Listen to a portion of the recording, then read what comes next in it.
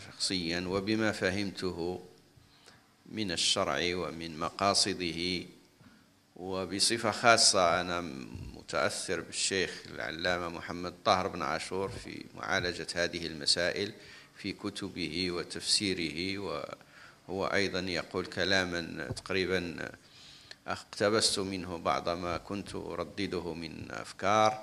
هذه الدوائر التي ينتمي إليها الإنسان بشكل فطري أو بشكل تلقائي يعني تاريخي وجغرافي كلها مقبولة إذا كانت جزءا أي لبنة، لأننا نحن لا نبني بالتراب، نبني بعد أن نشكل لبنة قوية نضعها ثم إلى آخره. لبنات البناء أو الأحجار أو الآجر أو كذا نبني بقطع متينة متماسكة نضم بعضها إلى بعض فيأتي البناء الكبير.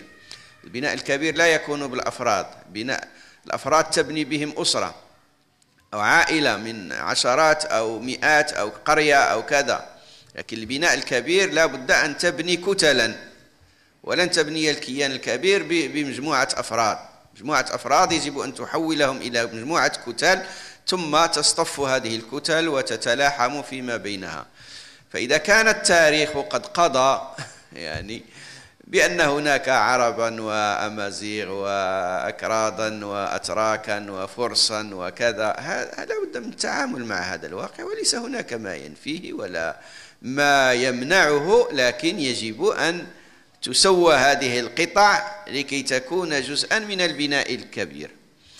أظن لست أدري ما تشير إليه، قد يكون هو ما سأقوله أو لعله، وهو أنه فعلا الآن ما يسمى بالحركة الأمازيغية في المغرب والجزائر وغيرهما، ولكن بالدرجة الأولى في المغرب والجزائر، وفي المغرب رقم واحد بطبيعة الحال. هناك مصحوبة هذه الحركة الأمازيغية بنزعة عدائية شديدة ضد العروبة والإسلام. طبعا هذا عمل هدام ضد الدين، ضد الوحدة الوطنية، ضد كل شيء. هذا أرجو أن هذه النزعة تنكسر في وقت من الأوقات وتعود إلى الاعتدال. فإذا لست أدري حينما ذكرت هناك شيء يموج، هل هذا هو فعلا؟ أنا حينما نقرأ أحيانا في بعض المواقع والجرائد والإصدارات أو نسمع بعض التصريحات، فعلا هناك ناس أخذوا على عاتقهم فكرة الأمازيغية لطرد العروبة والإسلام. حتى واحد منهم قالها بشكل صريح، قال المغرب عرف اليهودية ومضت، وعرف المسيحية ومضت، والرومان ومضوا، والإسلام والعرب أيضا سيمضون. هذه قالها واحد الآن يعتبر من رموز. طبعا هذا فكر هدام.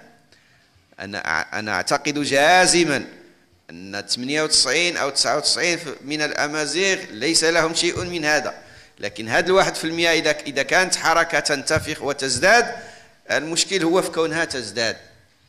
فطبعا نحن نريد يعني ما ليس هناك أدنى حرج ولا إشكال مع تنمية الثقافة الأمازيغية واللسان الأمازيغي والتاريخ الأمازيغي. أنا حتى قبل ما نجي لهنا يعني تقريبا بشهر وكان عندي لقاء مع الإخوة البرلمانيين من حزب العدالة والتنمية، وواحد سألني من ناظور قال لي أنا دعيت إلى احتفال بالسنة الأمازيغية، جمعيات أمازيغية منظمة احتفال في الناظور بالسنة الأمازيغية. واش نظهر لك نمشي ما نمشي؟ واش هذا الشيء يجوز؟ قلت له سير، ياك ما دايرش شي حاجة ضد الإسلام، ما داعيش للتفرقة، ما داعيش لعداوة العرب.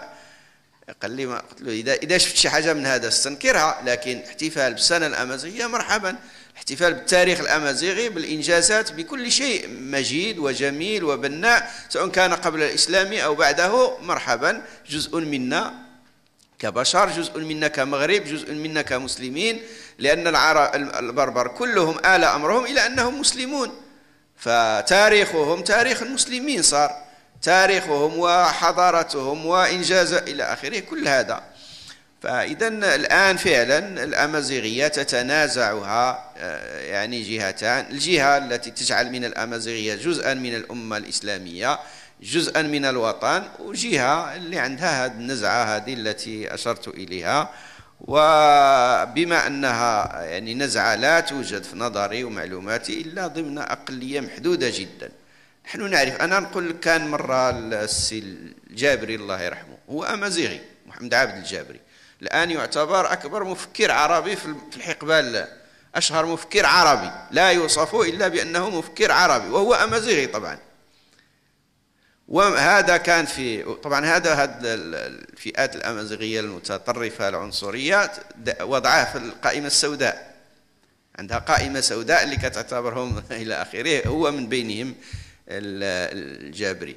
قال مرة في حوار تلفزيوني في دوزيم، قال الآن لم مشيتي عند الأمازيغ في القبائل وفي الدواور وفي العروش في الجولة وتسألهم شنو بغيتوا شنو المشاكل، ما كاينش لا يجيب لك هاد المطالب اللي الآن كذا، وهذا الروح العدائية وكذا. ما الناس لا يفرق أنا عربي ولا ماشي عربي، احنا مسلمين وكذا، والناس عندهم مطالب اجتماعية وعندهم مطالب إدارية وعندهم مشاكل وعندهم هذا الشيء غير ما مطروحش عندهم، وما داخلهمش في راسهم هذه المطالب ديال تيفيناغ ولا الحرف اللاتيني ولا نديروا كذا ولا هاد النعارات ولا العرب راهم غزو واستعمار يجب أن يخرج. هذه الأفكار موجودة عند فئة ضئيلة لكن للأسف حاقدة وهدامة، ونخشى أنها حتى أنا مرة مع واحد أخ أمازيغي ولكن ليس من هذه الأفكار، كنا نتذاكروا، قلت له واش هادو باغيين يوصلوا بنا للسيناريو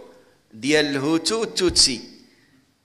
راه فعلا هو هذا. بعض الناس لما كتقرا لهم وتسمع لهم، ولو أن مشات الأمور وفق فكرهم غادي نوصلوا من قرن ولا 70 سنة ولا ما أدري، لو فرضنا، وأنا مستحيل هذا الشيء ينجح، لكن لو فرضنا مشينا في هذا السيناريو غادي نوصلوا للسيناريو ديال الهوتو والتوتسي. معروفه الهوتو يعني الهوتو والتوتسي شنو كان بيناتهم، وبعد ما تقتل مليون ولا ما ادري كم، والان عاد لعلهم تهرس لهم الراس حتى تقاتلوا بيناتهم الى اخره.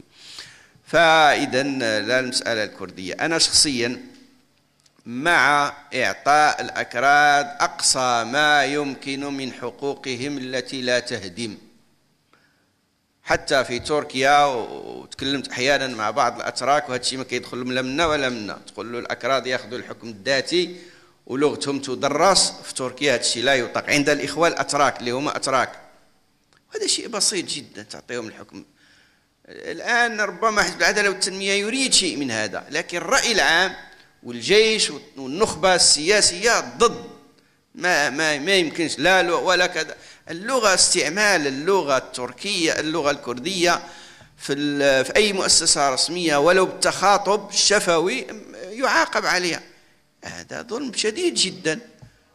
فهذا هو الذي يجعل الأكراد أحيانا يقول إذا هادوا أقاموا دولة طورانية تركية متعصبة وبجانبنا حزب البعث في سوريا والعراق أقام دولة عربية عروبية إلى آخره متعصبة، ايوا احنا فكونا من هذا الشيء، وهذا عندهم الحق إذا كان على هذا الأساس. إما يحكمنا الإسلام كما كان، وإما إلى كل واحد كينادي بقبيلته وحتى نعطيونا إلى آخره هذا. فإذا الأكراد ولا غيرهم حقوق ثقافية والسياسية واجتماعية ولغوية إلى آخره، هذا يجب أن نذهب فيه بعيدا. طبعا المسلمون لما كيكونوا في وضع سليم ومريح كلهم يحبون اللغة العربية، كلهم يرغبون. الآن أنا كنشوف ألماني كيسلم كيجي للسعودية ولا يمشي لموريتانيا خصو يتعلم العربية، شوف لأنه كيعرفوا الناس أنه هذه مسألة دين. فاللغة العربية تدعيمها على أساس أنها لغة الدين للمسلمين جميعا، هي اللغة الرسمية، اللغة الدينية الرسمية للمسلمين جميعا، هذا يجب أن يكون مسلما وأن ندعمه. والحمد لله كما قلت الآن، كما قلت يعني أمريكي ولا ألماني ولا فرنسي كيتعلم كيمشي يرحل لموريتانيا باش يتعلم اللغة العربية، ولا المغرب ولا الأردن ولا كذا. فكيف بالشعوب اللي خدمت العربية وخدمت الإسلام والتراث الإسلامي؟ الأمازيغ خدموا العربية خدمة معروفة، واللغويين المشاهير في المغرب ابن أجروم وغيره، هؤلاء أمازيغ وسيبويه وإلى آخره. العجم خدموا العربية، ما كان عندهم أي عقدة مع اللغة العربية. إذا ما بقى عندنا أي عقدة مع اللغة العربية كلغة دينية رسمية لجميع المسلمين، حينئذ أيضا يجب تنمية جميع اللغات والثقافات في إطار أيضا الثقافة الإسلامية والوحدة الإسلامية والأجواء الإسلامية، دون